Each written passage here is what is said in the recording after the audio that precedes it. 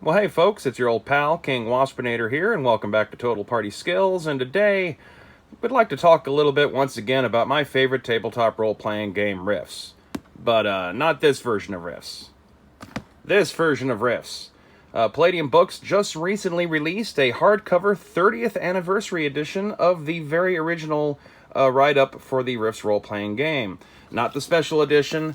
These are the very original presentations of the characters, the very original set of dragon hatchlings, minus the leyline rifter, minus the elemental fusionist, minus the generic mercenaries and robot pilots, the original Rifts as is, in a game that also actually includes the barest minimum resources needed so that you could actually come up with villains and monsters and not necessarily have to run with any of their numerous source books.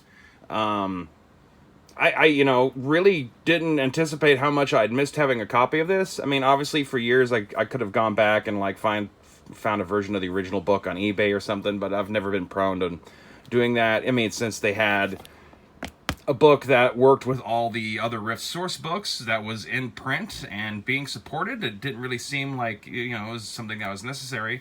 But all this time, I have found that there was a few things about this version of Rifts that just never really quite sat right with me, and I would tend to run and write adventures based away from the central North American setting, or very specific to a small corner of the North American setting so that I could use characters from one of the world books or something for the players and not rely so much on these retooled versions of the classics. But the original Rifts, and if you think about it, if you call it old school Rifts, I do think that kind of would make it a bit of a OSR game now, wouldn't it?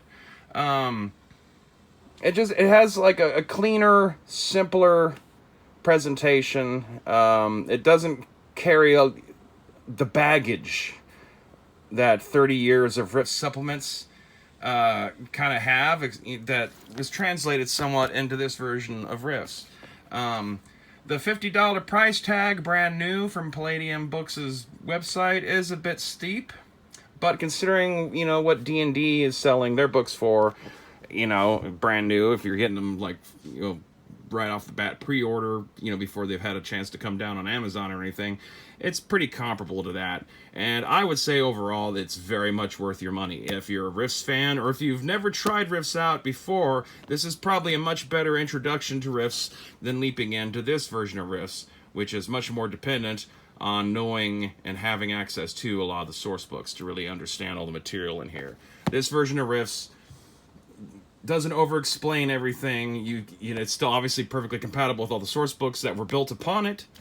But, I feel like using this version of Rifts would make it easier if you want to go back to the year 100 PA and ignore all the events that have occurred in the timeline since, such as the Juicer Uprising, the long, desperate, and depressing siege of Tolkien, and the current eruption of the Minion War.